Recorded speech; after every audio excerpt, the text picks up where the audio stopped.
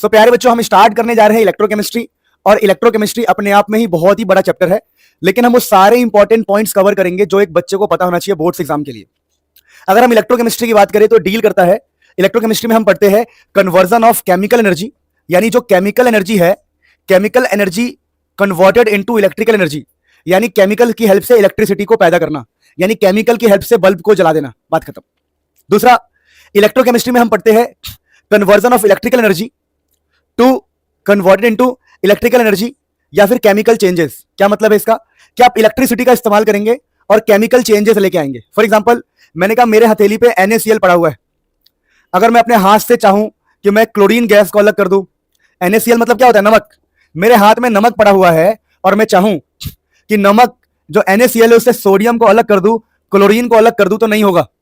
लेकिन अगर इसके अंदर मैं इलेक्ट्रिसिटी लगा दूं तो सोडियम अलग हो सकता है और क्लोरीन अलग हो सकता है। यानी हम इलेक्ट्रिसिटी का इस्तेमाल करेंगे और केमिकल चेंजेस लेके आएंगे। यानी इलेक्ट्रोकेमिस्ट्री नाम के चैप्टर में हम क्या पढ़ते हैं? हम केमिकल से इलेक्ट्रिसिटी और दूसरा इलेक्ट्रिसिटी से केमिकल चेंजेस। समझ में आया? That is electrochemistry. अब जब हम कोई भी काम करते हैं तो हमें डिवाइस का इस्तेमाल करना होता है दोस्तों। तो ध्यान रखना, जो डिवाइस है जो हमें केमिकल से इलेक्ट्रिसिटी देगा, केमिकल से इलेक्ट्रिसिटी, उस डिवाइस का नाम होगा इलेक्ट्रोकेमिकल सेल या वोल्टेइक सेल या फिर डैनियल सेल या फिर गैल्वेनिक सेल, कुछ भी हो सकता है। मतलब आपको केमिकल से इलेक्ट्रिसिटी मिलेगा पर आपको इन डिवाइस की स्टडी करनी पड़ेगी।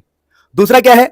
अगर आप चाहते हो कि आपको इलेक्ट्रिसिटी से केमिकल चेंज, उल्टा इलेक्ट्रिसिटी से केमिकल, उल्टा अगर उल्टा काम करवाना है तो जो डिवाइस है उसको हम इलेक्ट्रोलिटिक सेल कहते हैं।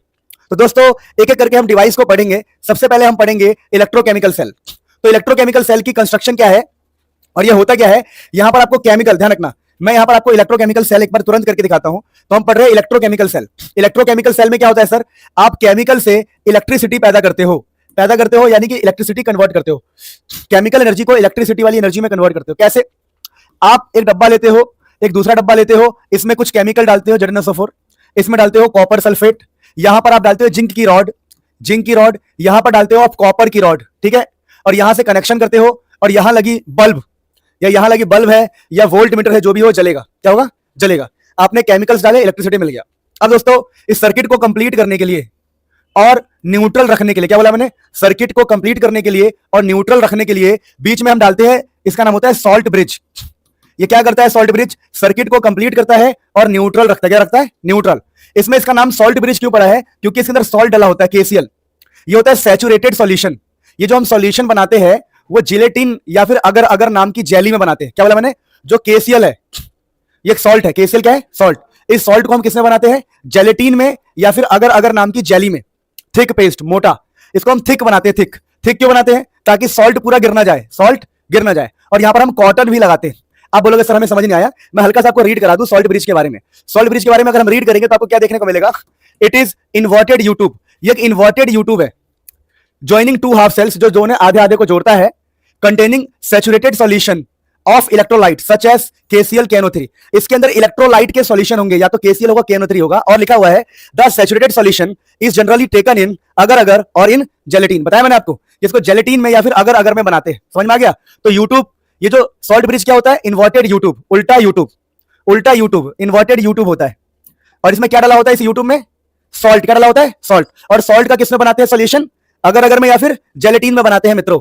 अब दोस्तों ये सॉल्ट ब्रिज हमें समझ में आ गया, सॉल्ट ब्रिज का काम भी समझ में आ गया। सॉल्ट ब्रिज का काम मैंने आपको क्या बताया? ध्यान दीजिए, सॉल्ट ब्रिज का काम क्या है? फंक्शन। अभी आएगा लिखा हुआ, बेइज्जती हो गया यार, आया ही नहीं। ये रहा। अरे सॉल्ट ब्रिज का फंक्शन कहां गया? गायब। ये रहा ना, ये रहा फंक्शन ऑफ सॉल्ट ब्रिज। आ तो गया था।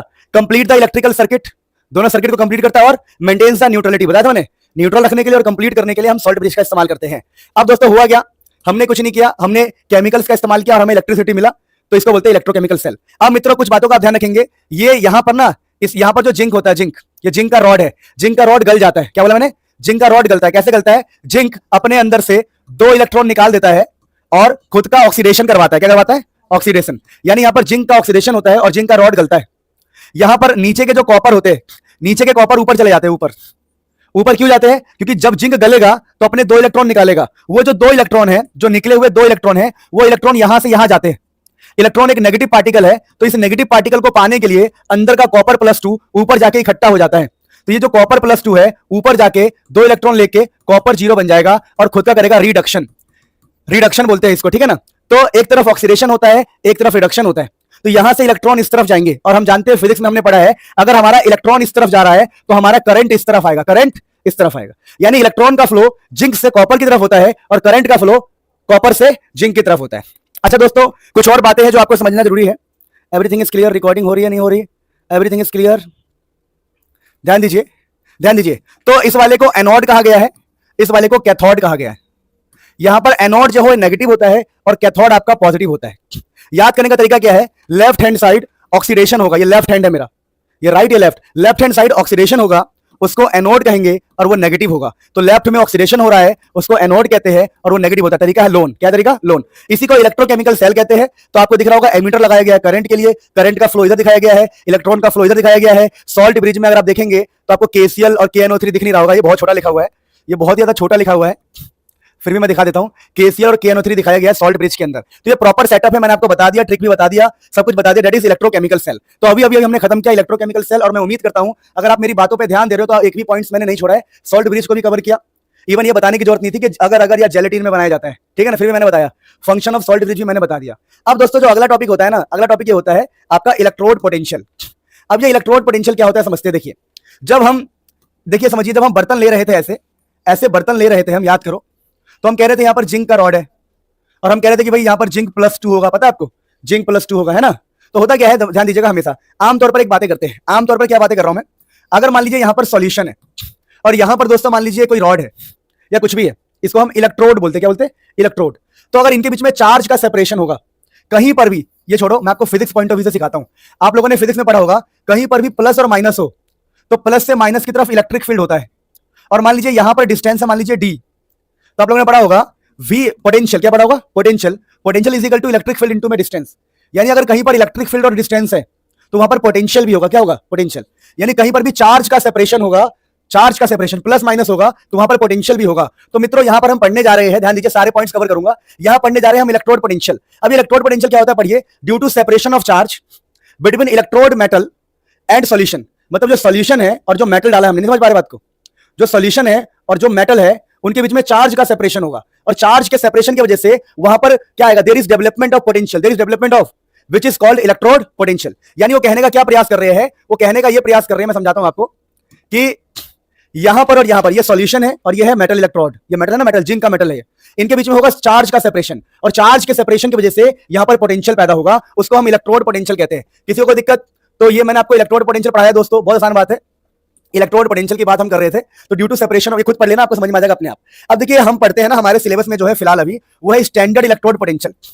स्टैंडर्ड इलेक्ट्रोड पोटेंशियल की पहचान क्या है, यहां पर कंसंट्रेशन हम 1m लेते हैं। 1m का मतलब होता है आपका कि मोलैरिटी इसकी 1 रहेगी, मोलैरिटी रहेगी 1, कंसंट्रेशन इसकी इतनी है, कंसंट्रेशन मतलब मोलैरिटी, इसकी मोलैरिटी 1 रहेगी। मतलब अगर मैं जिंक सल्फेट ZnSO4 का कंसंट्रेशन अगर 1m लिख दूंगा, इसका मतलब ये स्टैंडर्ड केस है। तो स्टैंडर्ड केस के लिए इलेक्ट्रोड पोटेंशियल को E0 बोलते हैं, ऐसे स्टैंडर्ड इलेक्ट्रोड पोटेंशियल को बोलते हैं हम E0। बात समझ में आ गई? अच्छा, अब काम की बात करते हैं। अगर हम अरे यार देखो, अब हम बात करते हैं कि हमारा जो सेल है, ध्यान दीजिए, हमारे सेल के 2 हिस्से, अगर आपको याद हो तो, सेल में 2 हिस्से अगर आप ध्यान से याद करो तो, एक है आपका ये और दूसरा है आपका ये। यहां पर 2 हिस्से, एक लेफ्ट में और एक राइट में। तो इसके पास भी इलेक्ट्रोड पोटेंशियल होगा और इसके पास भी क्या होगा, इलेक्ट्रोड पोटेंशियल। तो अगर मुझे पूरे सेल का निकालना है तो पूरे सेल के लिए हम इस्तेमाल करते हैं राइट वाले में से लेफ्ट को माइनस करना पड़ेगा, या फिर राइट में होता है रिडक्शन, रिडक्शन वाले में से ऑक्सीडेशन वाले को माइनस करना पड़ेगा। बहुत सारे बच्चों के मन में सवाल आएगा, सर माइनस क्यों करना पड़ेगा? क्योंकि एक जगह पर ऑक्सीडेशन होता है तो दूसरी जगह पर क्या होता है, रिडक्शन। दोनों अलग अलग बात है, इसलिए हमें माइनस करना पड़ता है। अगर दोनों का ही रिडक्शन होता तो हम क्या करते, प्लस, या दोनों का ही ऑक्सीडेशन हो तो हम करते प्लस। लेकिन एक का ऑक्सीडेशन है, एक का रिडक्शन है, इसलिए हमें माइनस करना पड़ता है। यानी कि अगर हम राइट वाले में से लेफ्ट वाले को माइनस करेंगे, यानी यहां की वैल्यू में से यहां की वैल्यू को माइनस करेंगे, तो हमें पूरे सेल का इलेक्ट्रोड पोटेंशियल मिल जाएगा। फॉर एग्जांपल, अगर मैं मजे मजे में एक क्वेश्चन ले लूं, मैं आपसे ये कह दूं, भैया देखो यहां पर एक डब्बा है, यहां पर एक डब्बा है, और ये सेटअप वेटअप है हमारा पूरा, यहां पर एक रॉड है, यहां पर एक रॉड है, ये रहा बल्ब जल रहा है, और वो आपसे बोले कि यहां का जो वैल्यू है वो 2.314 वोल्ट है, और यहां की जो वैल्यू है, जो E0 है, यहां की जो वैल्यू है वो है 1.073 माइनस का, ऐसे हमें वैल्यूज दे दे और बोले बताओ पूरे सेल का कितना होगा, तो आप बोलोगे भैया जो E0 सेल है वो बड़ा आसान है, E0 of right minus E0 of left. आप राइट वाले में से लेफ्ट वाले को माइनस कर दोगे, इसका मतलब क्या है दोस्तों, आप 2.314 को माइनस कर दोगे, ये रहा एक और माइनस, एक्स्ट्रा माइनस लेके आया माइनस का माइनस का 1.073 से आप माइनस कर दोगे तो जो भी आंसर आएगा वो पूरे सेल का निकल के आएगा। तो इलेक्ट्रोड पोटेंशियल क्या होता है? Due to separation of charge potential पैदा होता है। लेफ्ट में भी पैदा होगा, राइट में भी पैदा होगा। अगर दोनों को माइनस कर देंगे तो पूरे सेल का पोटेंशियल आपके हाथ में आपको मिल जाएगा। That is a very simple और वेरी इंटरेस्टिंग टॉपिक। ना दोस्तों, एक छोटी सी बात करने जा रहे हैं हम, शी की बातें करने जा रहे हैं। शी का पूरा नाम होता है स्टैंडर्ड हाइड्रोजन इलेक्ट्रोड। ये क्या होता है समझिएगा। It is the device that measures the half cell electrode potential. क्या मतलब है इसका? इसका मतलब यह है कि मान लीजिए, ध्यान दीजिए, कोई नया नया आपने इलेक्ट्रोकेमिकल सेल बनाया, आपने एक नया नया इलेक्ट्रोकेमिकल सेल बनाया और आपको इस वाले का इलेक्ट्रोड पोटेंशियल पता करना है। तो इसकी वैल्यू शी से पता लगता है। किससे पता लगता है? शी से। तो शी क्या होता है? शी समझिए, शी क्या है? It is the device that measures the half cell electrode potential of cell. अब ये छोटी सी बात थी, शी के ऊपर ज्यादा क्वेश्चन आता नहीं, फिर भी इसका देख लो डायग्राम कैसा होता है। शी एक डिवाइस है, इसकी स्टडी ज्यादा नहीं करनी। शी कैसे बनता है मैं आपको थोड़ा सा आइडिया दे रहा हूं। आइडिया ऐसा है, एक शीशा लेते हैं, ग्लास, यहां पर छेद कर देते हैं। क्या कर देते हैं? छेद, ताकि यहां से हाइड्रोजन गैस को हम अंदर डाल सके। यहां पर प्लेटिनम की वायर होती है और प्लेटिनम का ही फॉइल होता है, और यहां पर इस बीकर के अंदर हम लेते हैं HCl का सॉल्यूशन। क्या लेते हैं बेटा? ये प्लेटिनम है, प्लेटिनम, और ये भी प्लेटिनम है, ये जो फॉइल है प्लेटिनम। अब ये HCl का सॉल्यूशन है, HCl को हमने कितना लिया है? 1 कैपिटल M। 1 कैपिटल M का मतलब है स्टैंडर्ड, बताया था मैंने, ठीक है। और कुछ भी नहीं, फिर यहां से हम कनेक्शन के लिए वायरिंग छोड़ देंगे, यहां से हम कनेक्शन कर लेंगे। That is she. बस कुछ कंडीशन याद रखनी है आप लोगों को, कंडीशन में बता रहा हूं। देखो शी ऐसा होता है कुछ, यहां पे गैप छोड़ते हैं ताकि हाइड्रोजन गैस को अंदर डाल सके। ये प्लेटिनम की वायर रहेगी, यहां platinum foil coated with finally divided platinum. Platinum की फॉइल पे प्लेटिनम को ही कोटिंग किया गया, ठीक है। हाइड्रोजन गैस को वन बार प्रेशर पे हाइड्रोजन गैस को अंदर डाला जा रहा है। क्या बोल रहा हूं मैं? 1 बार प्रेशर पे हाइड्रोजन गैस को अंदर डाला जा रहा है। समझ पा रहे हो बात को? लिखा गया it is a reference electrode. ये रेफरेंस के लिए, रेफरेंस मतलब इसी की हेल्प से हम दूसरों का निकालेंगे। और इसकी, ठीक है, और इसकी खास बात क्या है? ये एनोड भी बन जाता है और कैथोड भी बन जाता है। It is reference electrode can be anode and cathode. ये एनोड भी बन सकता है, कैथोड भी बन सकता है, सबसे खास बात है इसकी। और दूसरी बात क्या है? देखो कि यहाँ पर प्लेटिनम की वायर है, प्लेटिनम का फॉइल है, हाइड्रोजन गैस को 1 बार प्रेशर पर ही डालना होता है। समझ पा रहे हैं मेरी बात को? 1 बार बोल लो, या फिर कई बार इसको 1 ATM भी बोल देंगे हम। अब दोस्तों यहाँ की खास बात क्या है कि यहां पर आपको 1 M HCl सॉल्यूशन को मेंटेन रखना पड़ता है। जो भी HCl की सॉल्यूशन होगी वो 1 कैपिटल M होगा। यानी आपसे कोई बोले शी के लिए 2 कंडीशन बताओ, तो पहली कंडीशन है कि हाइड्रोजन गैस को 1 बार प्रेशर पे आपको रखना है। तो 1 बार प्रेशर पे हाइड्रोजन गैस को अंदर डाला जा रहा है, तो प्रेशर मस्ट बी 1 बार। और दूसरी कंडीशन क्या है? 1 M HCl solution, 1 M HCl solution. और बेटा सबसे खास बात बताऊं, इसका 0 वोल्ट होता है। क्या होता है? क्योंकि ये रेफरेंस इलेक्ट्रोड है। रेफरेंस मतलब बिल्कुल एकदम रेफरेंस लाइन है, 0 वोल्ट होता है। इसकी वैल्यू कितनी होती है? 0। समझ में आया? तो शी का काम है किसी भी हाफ सेल की वैल्यू निकाल के देना, और ये शी का अरेंजमेंट है। इससे ज्यादा आपको कुछ भी नहीं पढ़ना है शी के लिए, बस बात खत्म, कोई टेंशन नहीं है। अब यहां पर कुछ छोटी मोटी बातें मैं आपको बता दूं दोस्तों। लिखा है डिसएडवांटेज ऑफ शी। क्या? देखो 1 M HCl difficult to maintain. वो कह रहा है कि 1 M HCl चाहिए और 1 M HCl difficult to maintain. क्या पता 1.1 हो जाए?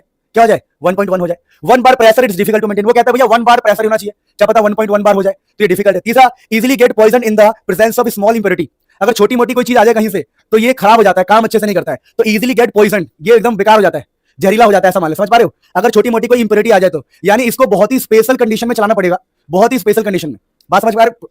तो ये हमने शी के बारे में पढ़ के खत्म किया। अब मेरे दोस्तों अगला टॉपिक होता है नर्स इक्वेशन। अब आपके मन में सवाल आएगा कि हम नर्स इक्वेशन का इस्तेमाल कब करते हैं। देखिए अभी हम पीछे पढ़ रहे थे कि कंसंट्रेशन 1 होना चाहिए, लेकिन अगर 1 कंसंट्रेशन नहीं हुआ तो क्या होगा? If concentration is not equal to 1, अगर 1 नहीं है तो स्टैंडर्ड केस नहीं है, स्टैंडर्ड केस, तब हम नर्स इक्वेशन का इस्तेमाल करते हैं। नर्स इक्वेशन, नर्स इक्वेशन क्या कहता है कि अगर हम जो पढ़ रहे हैं हमारे एनसीईआरटी में जो यूज हुआ है बार बार, अगर आपकी कंसंट्रेशन 1 नहीं है, मान लो वैल्यू लिखा हुआ है 0.01, भाई ये तो 1 नहीं है। मान लो 0.02 लिखा हुआ है, तो ये तो 1 नहीं है। अगर 1 नहीं है तो आप पीछे वाले कॉन्सेप्ट का अप्लाई नहीं कर सकते। अब आपको अप्लाई करना पड़ेगा नया फॉर्मुला। तो हम टेम्परेचर 298 केल्विन या फिर 25 डिग्री रखते हैं।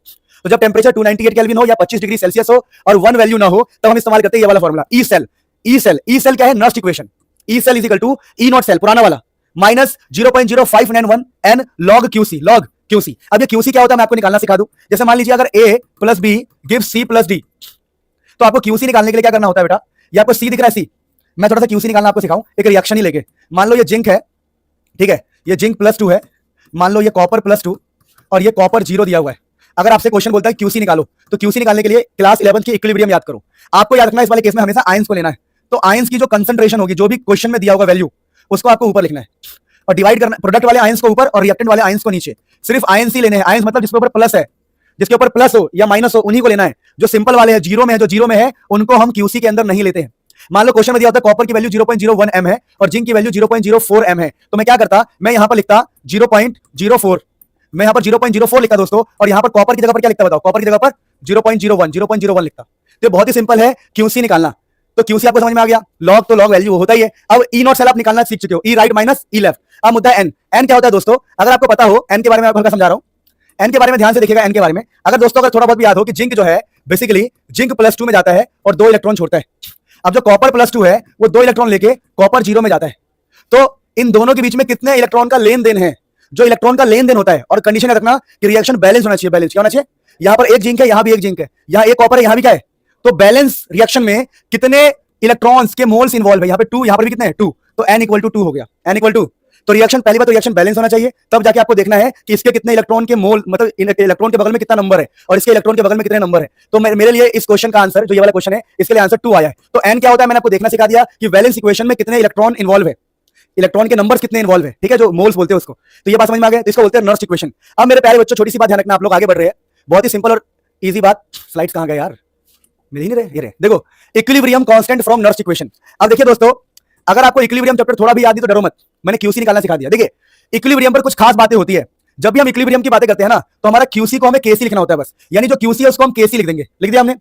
जब इक्विलिब्रियम की बात करेंगे तो क्यूसी की जगह पर आपको केसी लिखना होता है, और ई सेल को जीरो करते हैं, यानी कि ये वाला चीज जीरो हो जाएगा, तो ये जीरो हो गया, बस खत्म। अब यहां से आप चाहो तो इस वाले पार्ट को इधर ले आओगे तो माइनस क्या हो जाएगा, प्लस। तो हमारा ई नॉट सेल प्लस का 0.0591/n log kc, बस क्यूसी की जगह पर केसी आ जाएगा और ये फॉर्मूला बन जाएगा। तो इसको हम पता क्या पढ़ते हैं, इस टॉपिक का नाम पता है, जहां पर केसी का मतलब होता है इक्विलिब्रियम कांस्टेंट। इस टॉपिक को हम पढ़ते हैं दोस्तों equilibrium constant, equilibrium constant from the Nernst equation, कि नर्स्ट इक्वेशन से हम कैसे इक्विलिब्रियम कांस्टेंट तक पहुंच गए। That is a very important topic, exam में इसके ऊपर क्वेश्चन कभी कभी आता है, लेकिन टफ होता है क्योंकि इसमें एंटी लॉग लगाना होता है। I hope all clear. जो भी बच्चे ऑनलाइन देख रहे हैं प्लीज एक बार कमेंट में ऑल क्लियर लिख दो, मेरा दिल खुश हो जाएगा। जो बच्चे भी ऑनलाइन देख रहे हैं प्लीज देखिए, अब ध्यान दीजिए, यहां पर टॉपिक है रिप्रेजेंटेशन ऑफ इलेक्ट्रोकेमिकल सेल। मैंने बताया था left hand side oxidation, anode, negative. तो वही तरीका अपनाना, जैसे उसने बोला कि ये हमारा एक इलेक्ट्रोकेमिकल सेल है जिंक और कॉपर का, इसको कैसे रिप्रेजेंट करोगे, तो आपको ऐसा कुछ नहीं, जिंक से जिंक प्लस 2 आपको ऐसे दिखाना है लाइन खींच के कि भैया जिंक जिंक प्लस 2 में गया है, और बीच में 2 लाइन है, ये 2 लाइन सॉल्ट ब्रिज, याद है आपको सॉल्ट ब्रिज जो बीच में था, इस तरफ था जिंक से जिंक प्लस 2, फिर बीच में एक सॉल्ट ब्रिज और कॉपर प्लस 2, कॉपर 0 हुआ था। तो लेफ्ट में ऑक्सीडेशन, राइट में रिडक्शन दिखाना और बीच में 2 लाइन खींचना, इसी टॉपिक का नाम होता है रिप्रेजेंटेशन ऑफ इलेक्ट्रोकेमिकल सेल, और ये 1 नंबर में कई बार एग्जाम में ये क्वेश्चन आता है, तो इस बात का आप ध्यान रखेंगे। अब मेरे प्यारे बच्चों, अगला टॉपिक जो हमारा होता है वो होता है गिब्स फ्री एनर्जी। अब आपके मन में सवाल आएगा कि गिब्स फ्री एनर्जी क्या होता है, देखो ध्यान से, ये आपके 11th में ही था पर यहां पर मैं रिवाइज कराता हूं। देखो, 2 बातें हैं, एक होगा सिर्फ डेल्टा जी, ये एक होगा सिर्फ डेल्टा जी। तो डेल्टा जी का फॉर्मूला होता है माइनस एन, एन हम जानते क्या होता है, ई हम जानते क्या होता है, और एफ मैं आपको बताता हूं। यहां पर ये जो ई है ना, ई ये वाला है ई सेल, आपको ये वाले ई निकालने के लिए आपको नर्स्ट इक्वेशन का इस्तेमाल करना पड़ेगा। मतलब डेल्टा जी है गिब्स फ्री एनर्जी, जहां पर एन का मतलब आपको पता है। अब ये वाला ई कौन सा है, तो ये वाला ई है नर्स्ट इक्वेशन वाला, कौन सा वाला, नर्स्ट इक्वेशन, ये नर्स्ट इक्वेशन से निकाला गया ई है, और एफ का मतलब होता है 96500 कूलम, इसको बोलते हैं फैराडे कांस्टेंट एक प्रकार से, 96500 कूलम, ये वैल्यू होती है, वैल्यू 96500। यानी अगर आपसे कोई बोलता है डेल्टा जी निकालो, तो आपको पहले एन पता करना होगा, दूसरा आपको पता करना पड़ेगा ई, ई कहां से पता करोगे, नर्स्ट इक्वेशन से, जो कि था E cell is equal to E nought cell minus 0.0 वाला। अब एक होता है डेल्टा जी नॉट, ये जो डेल्टा जी नॉट है ये होता है standard Gibbs free energy. 90% question यही वाले आते हैं क्योंकि इसमें बड़ा टफ है, पहले एन पता लगाओ, फिर नर्स्ट इक्वेशन लगा के ई निकालो, फिर एफ डालो, थोड़ा टफ होता है। ये आसान होता है, बोलो क्यों, क्योंकि यहां पर होता है डेल्टा जी नॉट स्टैंडर्ड, तो आपको माइनस का एन, फिर यहां पर ई नॉट का इस्तेमाल करना पड़ेगा, ई नॉट, और ये ई नॉट ऑफ सेल निकालना आपको आता है। ई नॉट ऑफ सेल कैसे निकालते हैं याद है आपको, यहां पर जो ई नॉट निकलेगा इससे निकलेगा ई राइट माइनस या फिर ई रिडक्शन माइनस ई, तो ये वाला ज्यादा आसान होता है, और एफ का मतलब लगे ना पता। तो 2 तरह की बात है, गिब्स फ्री एनर्जी में 2 तरह के क्वेश्चन आएंगे, एक आएगा सिर्फ डेल्टा जी, तो सिर्फ डेल्टा जी निकालने के लिए आपको ई निकालना पड़ेगा नर्स्ट इक्वेशन से, और एक होगा एक क्या होगा डेल्टा जी नॉट जो कि स्टैंडर्ड है। तो स्टैंडर्ड वाला इजी है, इजी क्यों मैं बताऊं, क्योंकि यहां पर जो ई नॉट निकालना पड़ेगा वो निकलेगा ई राइट माइनस ई लेफ्ट से, या फिर ई रिडक्शन माइनस ई ऑक्सीडेशन। तो ये वाला इजी पड़ता है, ये वाला थोड़ा सा टफ पड़ता है। जब बात सबको क्लियर है, बहुत बढ़िया बेटा। अब मेरे प्यारे बच्चों, अगला टॉपिक हमारे इस चैप्टर में होता है इलेक्ट्रोलाइट्स के बारे में। इलेक्ट्रोलाइट्स क्या होते हैं दोस्तों, जैसे कि देखो यहां पे लिखा है Na+Cl- NH4+OH-, H+Cl- ये सारे इलेक्ट्रोलाइट्स है। तो इलेक्ट्रोलाइट्स क्या होते हैं दोस्तों, जिनके अंदर भी प्लस माइनस हो उनको हम इलेक्ट्रोलाइट्स कहते हैं। क्या कहते हैं बेटा, इलेक्ट्रोलाइट्स। अब दोस्तों यहां पर आपको समझना पड़ेगा टाइप्स ऑफ इलेक्ट्रोलाइट्स। हमारे पास 2 तरह के इलेक्ट्रोलाइट्स होते हैं, देखिए एक होता है स्ट्रॉन्ग इलेक्ट्रोलाइट और एक होता है वीक। तो पहला देखो टाइप्स ऑफ इलेक्ट्रोलाइट, हम पहला पढ़ रहे हैं स्ट्रॉन्ग इलेक्ट्रोलाइट। स्ट्रॉन्ग इलेक्ट्रोलाइट कौन होता है, एग्जांपल दे रहा हूं, नमक। आपका नमक एक स्ट्रॉन्ग इलेक्ट्रोलाइट है, क्यों, क्योंकि जब इसको पानी में डालेंगे तो पानी में ये पूरी तरह डिसॉल्व हो जाएगा, तो कंप्लीटली डिसोसिएट, कंप्लीट डिसोसिएट, जो पूरी तरह टूट जाए, डिसोसिएट का मतलब क्या है, टूटना, जो पानी में पूरी तरह टूट जाए उसको हम स्ट्रॉन्ग इलेक्ट्रोलाइट कहते हैं। जो पानी में पूरी तरह ही टूट जाए उसका नाम क्या होगा, स्ट्रॉन्ग इलेक्ट्रोलाइट, ये बात ध्यान रखना। फिर जैसे NaCl, KCl। अब दोस्तों एक हमारे पास होता है वीक इलेक्ट्रोलाइट, यार वो तो गायब ही हो गया, रुक जाओ मैं यही बता दे रहा हूं, देखो ये रहा नीचे, मैं कह रहा हूं गायब कहां हो गया। देखो एक होता है हमारा वीक इलेक्ट्रोलाइट, वीक होता है जो पूरी तरह ना टूटे। नाम पे मत जाओ कि स्ट्रॉन्ग है सर, टूट कैसे रहा है, स्ट्रॉन्ग वाला पूरा टूटेगा। और जो वीक इलेक्ट्रोलाइट है डू नॉट कंप्लीटली डिसोसिएट, जैसे ये है, ये पूरी तरह नहीं टूटता, पानी में डालोगे तो 10% टूट गया, 20% टूट गया, पूरा नहीं टूटेगा, 100% कभी नहीं टूटेगा। नमक 100% टूटता है, इसलिए उसका स्ट्रॉन्ग इलेक्ट्रोलाइट, वीक जो पूरी तरह ना टूटे। अब दोस्तों यहां पर हम बातें करने जा रहे हैं, कुछ बेसिक बातें कर रहे हैं जो आपने फिजिक्स में पढ़ा है। मुझे लगता नहीं है कि ये सब आप खुद पढ़ना। देखो रेजिस्टेंस का फॉर्मूला आपने बचपन में पढ़ा होगा, 2 मिनट लगे मुझे। रेजिस्टेंस का फॉर्मूला क्या होता है, R = ρl/a, जहां रो का मतलब होता है रेजिस्टिविटी, R का मतलब रेजिस्टेंस, L का मतलब लेंथ, A का मतलब एरिया। अब देखिए मेरी बात समझना, कुछ हम बातें पढ़ रहे हैं। लिखा है reciprocal of resistance is conductance. सही बात है। रेजिस्टेंस का मतलब होता है रुकावट, कंडक्टेंस का मतलब होता है कंडक्ट करना, तो रुकावट और कंडक्टेंस उल्टा ही होगा। इसलिए बोला है कि रेसिप्रोकल मतलब उल्टा ऑफ रेजिस्टेंस कंडक्टेंस होगा। तो कंडक्टेंस इज 1 बाय रेजिस्टेंस, तो कंडक्टेंस के लिए जी इस्तेमाल करते हैं 1 बाय आर, तो G is equal to 1 by R याद कर लो। वैसे ही कंडक्टिविटी क्या होगा, रेसिप्रोकल ऑफ रेजिस्टिविटी। रेजिस्टिविटी का मतलब होता है रुकावट, क्या मतलब होता है, कंडक्टिविटी का मतलब कंडक्ट करना, तो कंडक्टिविटी क्या होगा, रेसिप्रोकल ऑफ रेजिस्टिविटी। तो देखिए यह है रेजिस्टिविटी रुकावट, यह है कंडक्टिविटी, तो ये दोनों आपस में उल्टे होते हैं। रेजिस्टिविटी रुकावट, कंडक्टिविटी कंडक्ट करना, तो ये दोनों आपस में क्या होंगे, उल्टा। क्या होंगे आपस में, उल्टा। तो अभी तक हमने क्या मेन बातें सीखी है, हमने सीखी है कि जी होता है कंडक्टेंस जो कि 1 बाय आर होता है, ये होता है कप्पा, इसको बोलते हैं कप्पा। कप्पा होता है हमारा कंडक्टिविटी जो कि कंडक्टिविटी जो 1 बाय रेजिस्टिविटी होता है। बस दो बात हमें सीखने वाली थी और कुछ भी नहीं।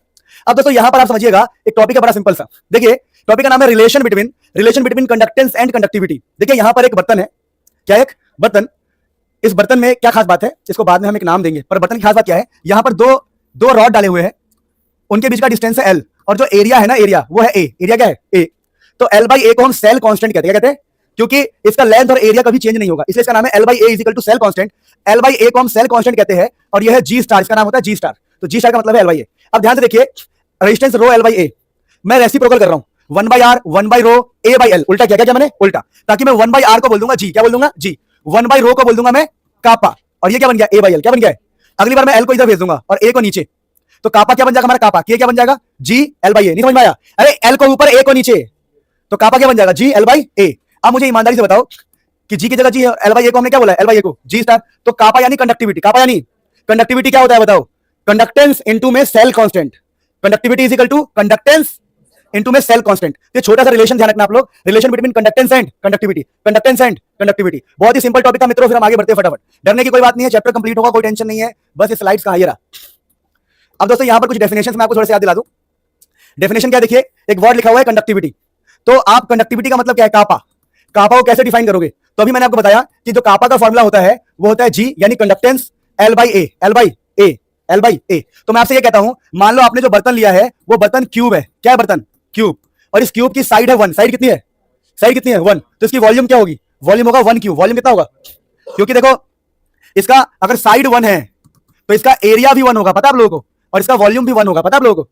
अगर क्यूब का साइड 1 है तो एरिया भी 1 होता है, और अगर किसी फेस का एरिया निकालोगे तो 1 आएगा, और वॉल्यूम भी कितना आएगा, अगर किसी फेस का एरिया निकालूंगा तो 1 ही तो आएगा। तो हमने बोला अगर हमारा क्यूब है जिसका लेंथ 1 है, लेंथ कितना हो गया 1, एरिया भी कितना हो गया 1। ये पता नहीं क्या था, एल बाई, ये पता नहीं क्या था, जी स्टार, जी स्टार को तो एल बाई ये बोल रहे थे हम। ए यार अब इतना पीछे नहीं जाऊंगा मैं, इतना पीछे नहीं जाऊंगा मैं, ये एल बाई जो ए था ना उसी को हम जी स्टार बोल रहे थे, क्या बोल रहे थे, तो ये बन गया था हमारा जी इंटू जी स्टार। तो अगर लेंथ भी 1 हो जाए, एरिया भी 1 हो जाए, तो आपका जो कंडक्टिविटी है वो कंडक्टेंस के बराबर हो जाएगा। तो वही लिखा हुआ है, कंडक्टिविटी क्या होता है, it is the conductance of 1 unit cube, 1 unit of electrolytic solution.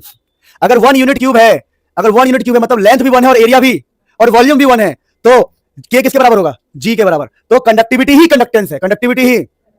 अब लिखा है देखो ऑन डाइल्यूशन, जब हम डाइल्यूशन करेंगे, क्या करेंगे डाइल्यूशन, तो कंडक्टिविटी डिक्रीज होती है, कापा की वैल्यू डिक्रीज होती है। डाइल्यूशन का मतलब होता है पानी डालना, अगर हम पानी डालेंगे, पानी डालना, अगर हम डाइल्यूशन करेंगे तो के की वैल्यू डिक्रीज होगी, के की वैल्यू क्या होगी, डिक्रीज होगी। क्यों, because number of ions per unit volume decrease, number of ions decrease हो जाते हैं। क्या बोला मैंने, बताओ, नंबर ऑफ आयंस डिक्रीज होते हैं। तो नंबर ऑफ आयंस डिक्रीज होने की वजह से क्या होगा, कंडक्टिविटी भी क्या होता है, डिक्रीज। पानी डालने से नंबर ऑफ आयंस डिक्रीज होंगे, और नंबर ऑफ आयंस डिक्रीज होने से कंडक्टिविटी डिक्रीज होगी। अब दोस्तों अगला टॉपिक होता है मोलर कंडक्टिविटी। टॉपिक का नाम है मोलर कंडक्टिविटी दोस्तों, और मोलर कंडक्टिविटी कुछ नहीं होता, आपने पीछे पढ़ा है कंडक्टिविटी, आप उसको मोलैरिटी से डिवाइड कर दो। किससे डिवाइड कर दो, मोलैरिटी से, तो इसी को बोलते हैं मोलर कंडक्टिविटी, और सिंबल होता है लैम्डा एम। क्या सिंबल है इसका, लैम्डा बनाओ या से पाई बनाओ, क्या बनाओ, मैं समझा रहा हूं, देखो आप पाई बनाइए और नीचे लिख दीजिए एम, और बोल दीजिए कंडक्टिविटी था, मैंने मोलैरिटी से डिवाइड कर दिया, तो कंडक्टिविटी पर unit molarity is molar conductivity.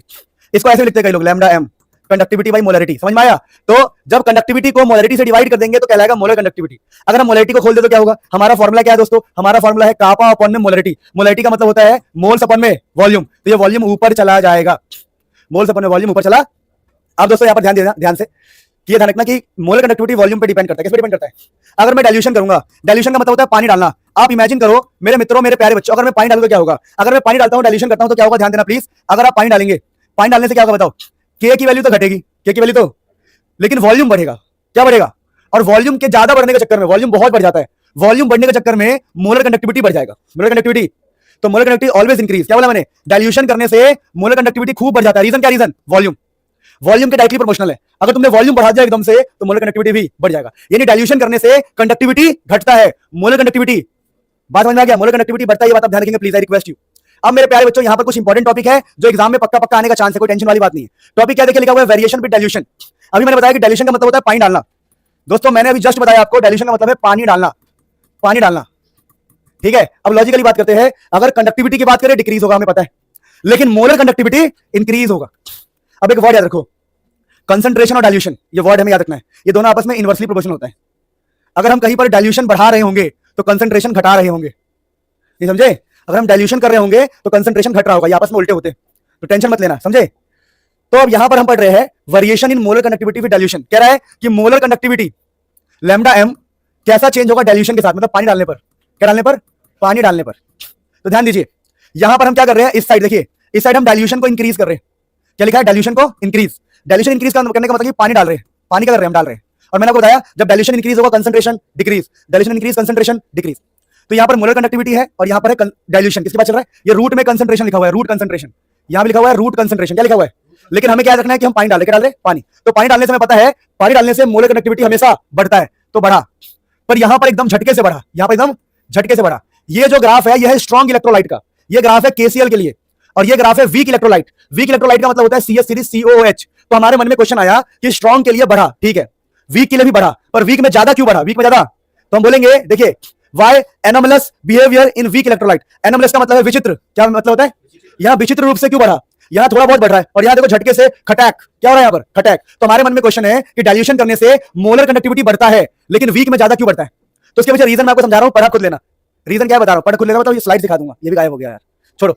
मैं आपको रीजन समझा रहा हूं। रीजन देखो, जो हमारे स्ट्रॉन्ग इलेक्ट्रोलाइट था, स्ट्रॉन्ग मतलब केसीएल या नमक, NaCl, KCl, ये पहले से ही 100% टूटे होते हैं, 100%। यहां पे सारे बंदे पहले से ही काम कर रहे होते हैं। लेकिन यहां पर क्या होता है, वीक वाले में ना 10% टूटे होते हैं, यानी 10% लोग काम कर रहे होते हैं। कितने लोग? लेकिन जब हम पानी डालेंगे, क्या डालेंगे? पानी। जब हम पानी डालते तो पता क्या होता है, अभी 10% लोग हैं जो काम कर रहे थे, पानी डालने पर और टूटना स्टार्ट होगा, और टूटना। तो जो 90% बचे हुए थे, जो टूटे नहीं थे, अब वो भी टूटना स्टार्ट कर देंगे। उनकी वजह से नए आयंस पैदा होंगे। क्या पैदा होंगे? और नए आयंस जैसे पैदा होंगे, एकदम से कंडक्टिविटी बढ़ जाएगी। तो स्ट्रॉन्ग इलेक्ट्रोलाइट में पहले से ही सारे लोग काम कर रहे होते हैं, और वीक इलेक्ट्रोलाइट में 10% काम कर रहे होते हैं, और 90% कहीं बैठे होते हैं। जैसे मान लो बर्तन है, बर्तन में 10% लोग हैं जो टूट गए थे, और 90% जो कोने में कहीं बैठे हुए थे। अब जैसी पानी की बरसात हुई, यहां से भी लोग टूटने लगे, नए नंबर ऑफ आयंस पैदा हुए, और एकदम से कंडक्टिविटी बढ़ गई। इसका लिखा हुआ मैं आपको पढ़ा रहा हूं, एक सेकंड रुक जाओ, स्लाइड्स गायब हो गए क्योंकि हैंग करता है ना। नया लूंगा, थोड़ा इंतजार कर रहा हूँ, पैसे वैसे का थोड़ा सा, रुको, मजाक नहीं, नया तो जरूर लूंगा। बोर्ड ऐसे में बहुत हैंग करता है ये, लेकिन आते भी तो महंगे ना, 3-3 लाख रुपए 2 साल में लगाना भी, इसको 2 साल 2.5 साल ही हुआ है। इसका वो स्क्रीन टाइम खत्म हो गया, नहीं समझे? स्क्रीन टाइम दिखाता हूं मैं, कहां गया? ये रीजन पढ़ो, रीजन याद देखो, रीजन पढ़ो देखो। इन case of weak electrolyte on dilution, degree of dissociation increase. Degree of dissociation का मतलब होता है टूटना। क्या मतलब होता है? टूटना। वीक इलेक्ट्रोलाइट में पहले लोग टूटे हुए नहीं थे, अब टूटना स्टार्ट होगा। In weak electrolyte hence number of ions increase, number of ions which leads to increase in molar conductivity, जिसकी वजह से मोलर कंडक्टिविटी बढ़ता है। In case of strong electrolyte on dilution there is no increase in number of ions. यहां पर number of ions तो नहीं बढ़ते, लेकिन पानी डालने से फायदा होता है कि मोशन बढ़ जाता है। क्या बढ़ जाता है? इसलिए थोड़ा बहुत कंडक्टिविटी तो बढ़ेगा। देखो दोनों में बढ़ रहा है, वीक में ज्यादा बढ़ रहा है। रीजन क्या है? नए number of ions, new number of. Strong में भी बढ़ तो रहा है पर कम, क्यों? पानी डालने से मोशन बढ़ जाता है। देखो लिखा है, due to dilution the force of attraction between the ions decrease and movement of ions increase. तो स्ट्रॉन्ग में थोड़ा बढ़ रहा है, रीजन क्या है? मूवमेंट बढ़ने की वजह से। वीक में ज्यादा बढ़ रहा है, रीजन क्या है? नए नंबर ऑफ आयंस के आने की वजह से। बढ़ दोनों में रहा है, स्ट्रॉन्ग में क्यों बढ़ रहा है बताओ? मूवमेंट के बढ़ने की वजह। समझ पाए हो? तो ये बहुत ही इंपॉर्टेंट टॉपिक था, फिर हम आगे बढ़ते हैं दोस्तों। अब एक छोटा सा टॉपिक होता है कोहर लॉस लॉ। क्या होता है ये? कोहर लॉस लॉ, आप ध्यान दीजिए, कोहर लॉस लॉ कब हम लगाते हैं, ध्यान दीजिएगा। जैसे हम लोग पीछे पढ़ रहे थे कि यहां पर मोलर कंडक्टिविटी है, यहां पर है कंसंट्रेशन। तो देखो दोस्तों, ये वाला जो पॉइंट है ये कहलाता है जीरो कंसंट्रेशन, और इसी का उल्टा नाम क्या होगा? Infinite dilution.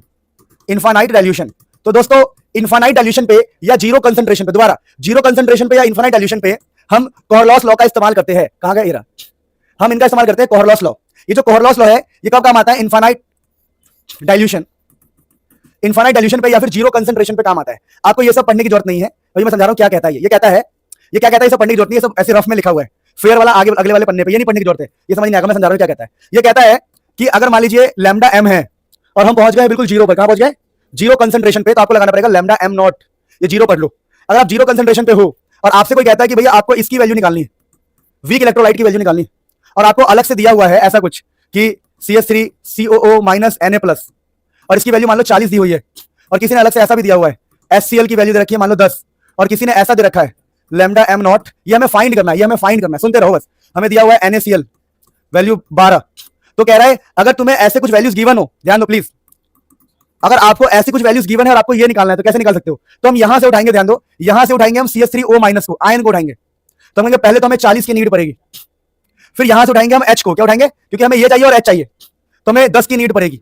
लेकिन जब हमने 40 और 10 को लिया तो एक Na और एक Cl एक्स्ट्रा आ गया, NaCl क्या आ गया, तो हमें NaCl जो यहां पर है उसको माइनस करना पड़ेगा, तो हमें माइनस का 12 करना पड़ेगा, तो 50 में से 12 गए 38, यानी कि CH3COH की वैल्यू कितनी आ गई, 38। यानी हम आयंस को प्लस माइनस करके अपने आंसर को निकाल सकते हैं। यही है कोरलॉस लॉ ऑफ इंडिपेंडेंट माइग्रेशन, इसी का नाम होता है कोरलॉस लॉ ऑफ इंडिपेंडेंट माइग्रेशन। मैं इसकी डेफिनेशन समझाता हूं आपको। देखिए ये मैं आपको समझा चुका हूं बेटा, इसको हम जीरो कंसंट्रेशन बोलते हैं या फिर इनफाइनाइट डाइल्यूशन बोलते हैं, इसको आपको समझने की जरूरत नहीं है, ऊपर मैंने वही क्वेश्चन कर रखा है सेम। अब मैं आपको समझाता हूं इसकी डेफिनेशन क्या है। ये कहता है it states that at zero concentration और इनफाइनाइट डाइल्यूशन, जीरो पर या इनफाइनाइट पर, the molar conductivity of electrolyte is equal to the sum of the conductance of the cation and anion. आप कटाइन और अनाइन को यानी प्लस माइनस वाले को जोड़ के भी आंसर निकाल सकते हैं। क्या बात समझ में आ गई? अगर किसी का आंसर निकालना है तो भी नहीं समझ में आया यार, इससे बढ़िया मैं क्या समझाऊं, डेफिनेशन ही तो है कि sum of the conductance of the cation and anion. अगर आपको जीरो कंसंट्रेशन पर निकालना है तो बस बात खत्म। ये छोटी सी बात थी दोस्तों, अब हम आगे बढ़ रहे हैं। यहां पर एक चीज होता है अल्फा। अल्फा क्या होता है बेटा? अल्फा होता है, अगर अल्फा है ना 11th क्लास में था, इसको बोलते हैं डिग्री ऑफ डिसोसिएशन, मतलब टूटना, वीक इलेक्ट्रोलाइट का टूटना अल्फा से पता लगता है। जैसे मैंने कहा भैया मेरा, समझना, मैंने कहा मेरा अल्फा ना, अल्फा की वैल्यू 1 है, 1 का मतलब यहां पर होता है 100%। क्या मतलब होता है? 100%। अगर मैंने कहा मेरा अल्फा है 1/2, इसका मतलब पता कितना होता है? 50%। क्या मतलब होता है? 50%। मैंने कहा मेरा डिग्री ऑफ डिसोसिएशन 1 है, मतलब सारे पार्टिकल टूट गए, सारे पार्टिकल। मैंने कहा मेरा डिग्री ऑफ डिसोसिएशन जो कि अल्फा है, अल्फा मतलब डिग्री ऑफ, मैंने कहा मेरा अल्फा 1/2 है, मतलब 50% पार्टिकल्स ही टूटे हैं, 50% पार्टिकल ही। ये अल्फा के बारे में हम पढ़ चुके हैं सॉल्यूशन चैप्टर में। फिर भी अब देखिए अल्फा निकालने का तरीका है, नॉर्मल वाली मोलर कंडक्टिविटी ऊपर रखना है और इनफाइनाइट वाली नीचे रखना है। नहीं समझ में आया? मैंने कहा मेरा जो नॉर्मल मोलर कंडक्टिविटी है लैम्डा m है वो 40 है, और मेरा इनफाइनाइट वाला, मान लो इनफाइनाइट वाला 80 है, इनफाइनाइट वाला क्या है? 80, तो मेरा अल्फा कितना आएगा? 40/80, जिसका मतलब होता है 1/2, यानी मेरा पार्टिकल 50% टूटा है, 50%। तो अल्फा आप ऐसे निकाल सकते हो, कोई दिक्कत किसी को? कोई दिक्कत नहीं होगी। अब मेरे दोस्तों हम पढ़ने जा रहे हैं इलेक्ट्रोलिसिस। क्या पढ़ने जा रहे हैं? इलेक्ट्रोलिसिस। इलेक्ट्रोलिसिस क्या समझा रहा हूं, देखिए हम एक डिवाइस लेते हैं, डिवाइस का नाम है इलेक्ट्रोलिटिक सेल्स। डिवाइस का नाम क्या है? Electrolytic cell.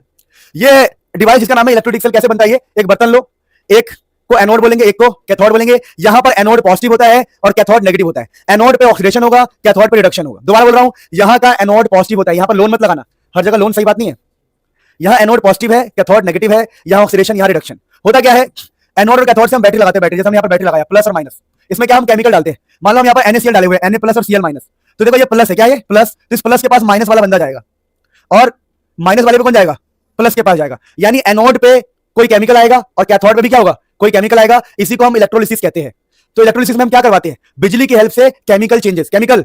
अब यहां पर NaCl पड़ा है, मैं बोल रहा हूं क्लोरीन भाई आजा, आएगा क्या? नहीं, बोलूंगा तो नहीं आएगा, बिजली लगाना पड़ेगा। क्या लगाना पड़ेगा? बिजली। तो हम बिजली लगा के क्या कर रहे हैं बताओ? बेसिकली सिंपल समझो, मैं आपसे कहता हूं कि मेरे पास एक बीकर है, उसमें एक रॉड को मैंने पॉजिटिव बनाया है और एक रॉड को हमने नेगेटिव बना दिया बैटरी लगा के, बैटरी का प्लस और माइनस लगा के, ये बैटरी का प्लस या माइनस।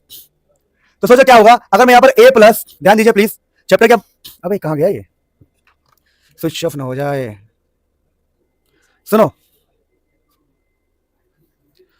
चलो भाई, एक तो सुनो, मान लो यहां पर A प्लस और B माइनस का केमिकल है, तो प्लस वाला यहां चला जाएगा और माइनस वाला यहां। इसी को इलेक्ट्रोलिसिस कहते हैं। क्या कहते हैं? केमिकल चेंजेस लेके आना with the help of electricity. जो काम अपने आप नहीं हो सकता हम इलेक्ट्रिसिटी की हेल्प से करवा रहे हैं। तो अगर जो चीज यहां बनेगा, जो चीज यहां बनेगा, यहां पर क्या आ रहा है? सोडियम। क्या आ रहा है? यहां क्या आ रहा है? क्लोरीन। तो कहेंगे ये है प्रोडक्ट ऑफ इलेक्ट्रोलिसिस। क्या ये? Chlorine gas product of electrolysis, sodium metal product of. क्या मेरी बात को समझ पाए हो? तो इलेक्ट्रोलिसिस समझ में आ गया होगा। देखिए तो यहां पर हमने इलेक्ट्रिकल एनर्जी का इस्तेमाल किया और केमिकल एनर्जी में देखिए when cell convert electrical energy to chemical energy और chemical changes, उसको हम इलेक्ट्रोलिटिक सेल कहते हैं। क्या मेरी बात को समझ पाया या नहीं समझ पाई? बताओ, समझ गए?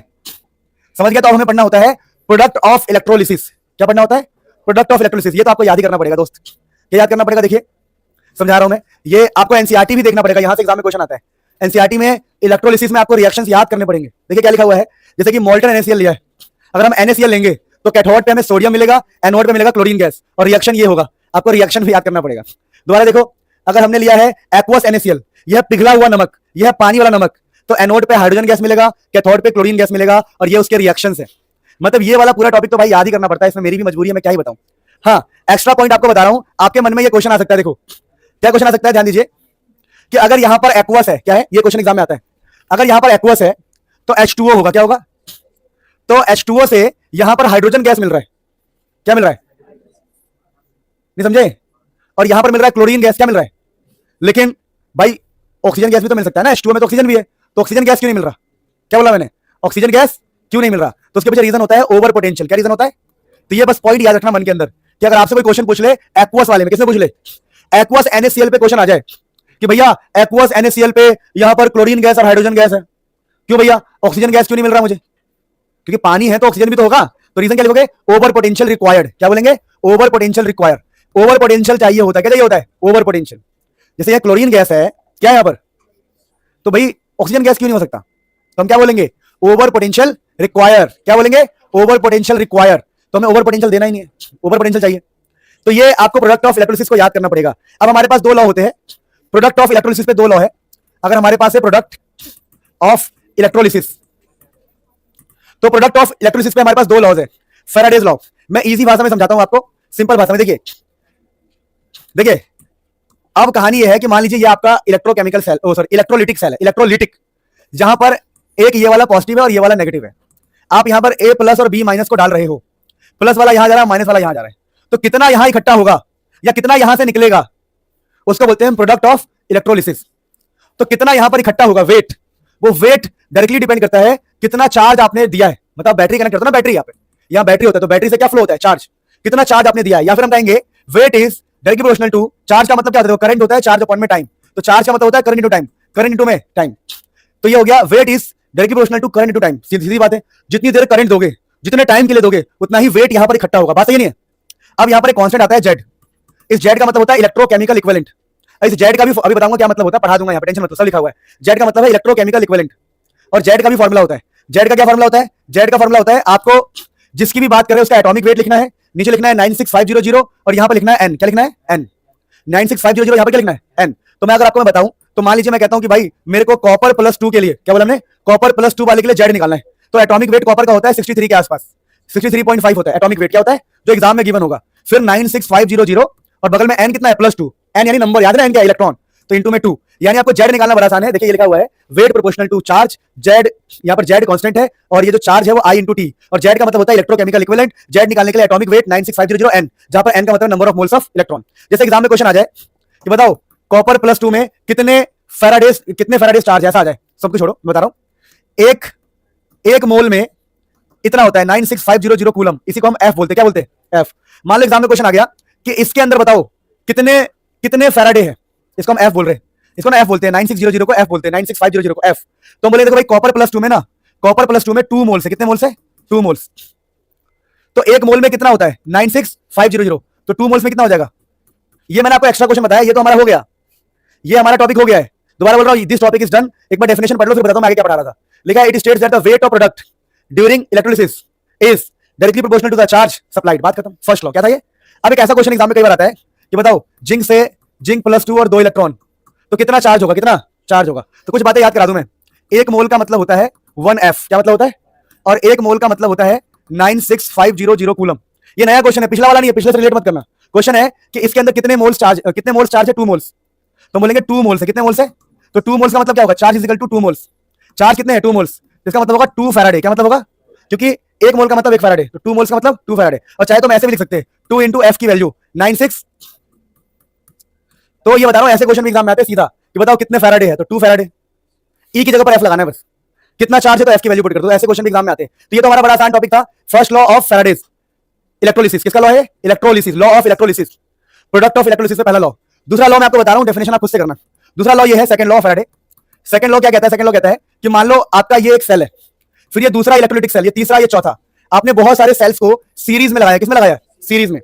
अगर बहुत सारे सेल्स को आप सीरीज में लगा देंगे, दोबारा अगर बहुत सारे सेल्स को आप सीरीज में लगा देंगे, तो यहां पर जो वेट होगा, वेट जो अमाउंट होगा वो W1 होगा, यहां पे जो अमाउंट होगा W2, यहां पर जो अमाउंट होगा W3, यहां पर अमाउंट होगा W4। तो जो W1 है वो directly proportional to E1, W2 E2 के, W3 E3 के। अब तुम बोलोगे E1 E2 E3 क्या है, इसको बोलते हैं इक्विवेलेंट वेट।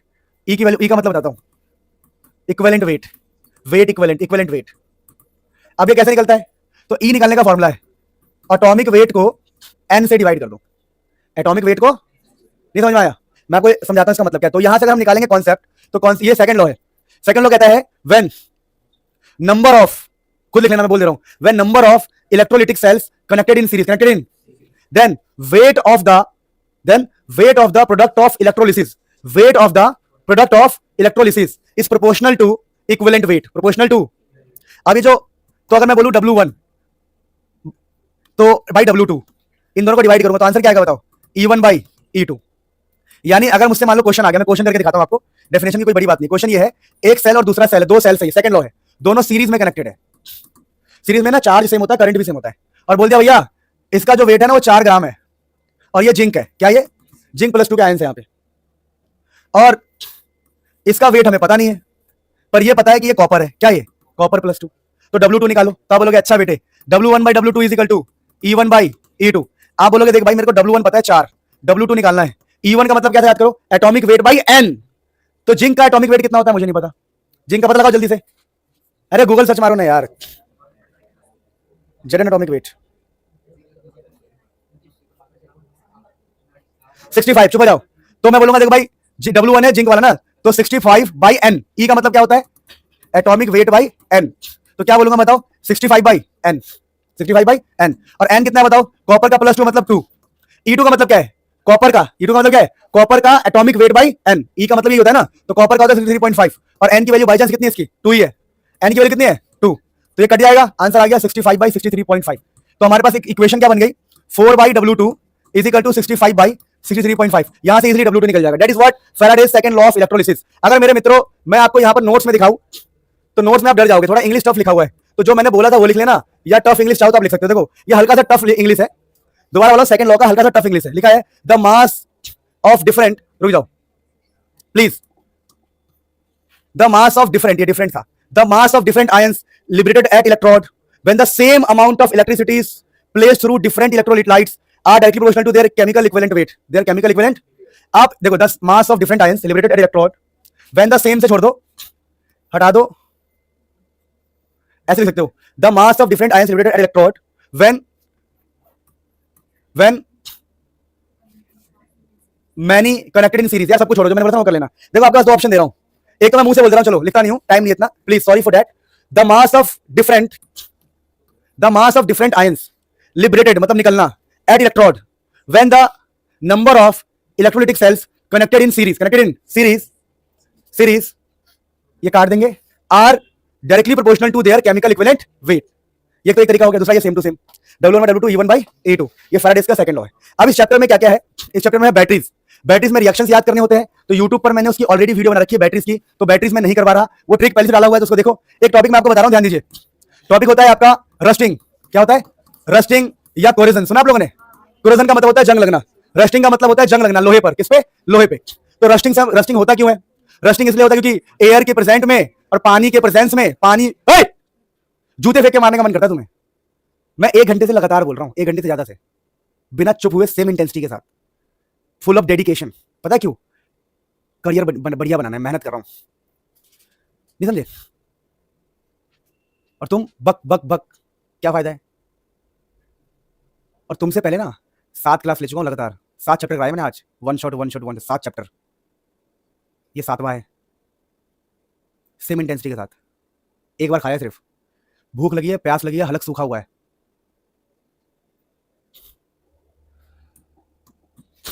कोरिजन इसके बाद भी क्लास है। कोरिजन रस्टिंग, जंग लगना, क्यों? क्योंकि ऑक्सीजन पानी इन सबके प्रेजेंट में रिएक्शन होता है मेटल के साथ, मेटल जल्दी रिएक्ट कर लेते हैं ऑक्सीजन पानी से, और वो खराब हो जाते हैं, कमजोर हो जाते हैं। तो बचाने के लिए लोग क्या करते हैं, पेंट कर देते हैं, ग्रीस लगा देते हैं, और एक सबसे खतरनाक तरीका होता है कि गैल्वेनाइजेशन। गैल्वेनाइजेशन में क्या होता है, सैक्रिफाई, इसको बोलते हैं सैक्रिफिशियल मेथड। सैक्रिफिशियल मेथड, इसमें क्या होता है, एक जिंक होता है ना, काफी रिएक्टिव मेटल होता है, रिएक्टिव, जिंक इज रिएक्टिव, काफी रिएक्टिव होता है। तो जैसे आयरन की पिलर है, ये आयरन है, और हम चाहते हैं कि लोहे पे जंग ना लगे, तो हम ऊपर से ना जिंक की पतली सी लेयर चढ़ा देंगे, हम जिंक की लेयर चढ़ाएंगे। इससे क्या होगा, जब भी रिएक्शन होगा जिंक के साथ होगा, और फिर वो खराब होगा तो उसको निकाल देंगे, दोबारा दूसरी जिंक लगा देंगे, फिर खराब होगा उसे निकाल देंगे। तो जिंक खुद को सैक्रिफाइस करता है, इसको बोलते हैं गैल्वेनाइजेशन या सैक्रिफिशियल मेथड। तो रस्टिंग कोई बहुत इंपॉर्टेंट टॉपिक नहीं है, तो इस पर ज्यादा डिस्कस करने की जरूरत नहीं है। इस चैप्टर का खत्म होता है बैटरीज यूट्यूब पर डाल रखा है ट्रिक के साथ, वो देख लेना। This is the end of this chapter. भगवान आपका खूब भला करे, आप खूब तरक्की करें, यही मेरा आशीर्वाद है, यही मेरा प्यार है।